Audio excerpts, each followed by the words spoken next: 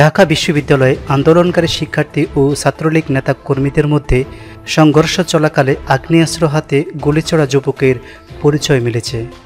জানা গেছে ওই যুবকের নাম হাসান মোল্লা। তিনি ঢাকা কলেজের 2007-08 শিক্ষাবর্ষের ছাত্র ছিলেন। সরকারি চাকরিতে কোটা ইস্যুতে চলমান আন্দোলনে রাজাকার প্রসঙ্গে প্রধানমন্ত্রী দেওয়া বক্তব্যের প্রতিবাদ জানিয়েছেন আন্দোলনকারীরা। এই বক্তব্য প্রত্যাহার এবং সরকারি চাকরিতে কোটা বাতিলের এক দফা দাবিতে সোমবার সারা দেশে বিক্ষোভের ডাক দেন তারা।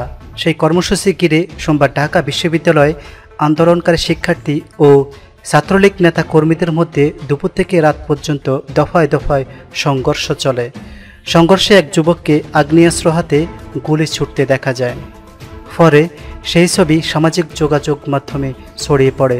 ছবিতে দেখা যায় কার্জন হল এলাকায় নির্মিতব্য আর্থ অ্যান্ড এনভায়রনমেন্টাল সায়েন্স অনুষদের নিচে ডক্টর মোহাম্মদ শহীদুল্লাহ হল গেটে এক যুবক আগ্নেয়াস্ত্র তাক করে আছেন। যুবক ঢাকা কলেজে ছাত্র অবস্থায় থাকতেন কলেজের আখতারুজ্জামান ইলিয়াস হলে।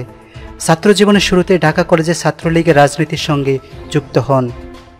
ছাত্রলীগের সাবেক সভাপতি সাইফুর রহমান সোহাগ ও সাধারণ সম্পাদক জাকির হোসেনের কমিটিতে কেন্দ্রীয় সহ সম্পাদক পদে ছিলেন।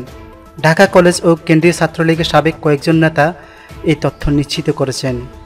সাবেক এই নেতারা জানিয়েছেন, হাসান মোল্লা আওয়ামী লীগ স্বেচ্ছাসেবক লীগের সভাপতি মোল্লা মোহাম্মদ হাসান বর্তমানে পানি উন্নয়ন বোর্ড, গৃহায়ণ ও গণপূর্তের অন্যতম একজন ঠিকাদার। মালিক বনেছেন কয়েকশো কোটি টাকার। জানা গেছে, অস্ত্রধারী হাসান মোল্লার বিরুদ্ধে এর আগেও কয়েকজনের বিরুদ্ধে গুলি করার অভিযোগ আছে। তবে তার ব্যবহৃত অস্ত্রের লাইসেন্স আছে কিনা তা জানা যায়নি। তার গ্রামের বাড়ি গোপালগঞ্জ।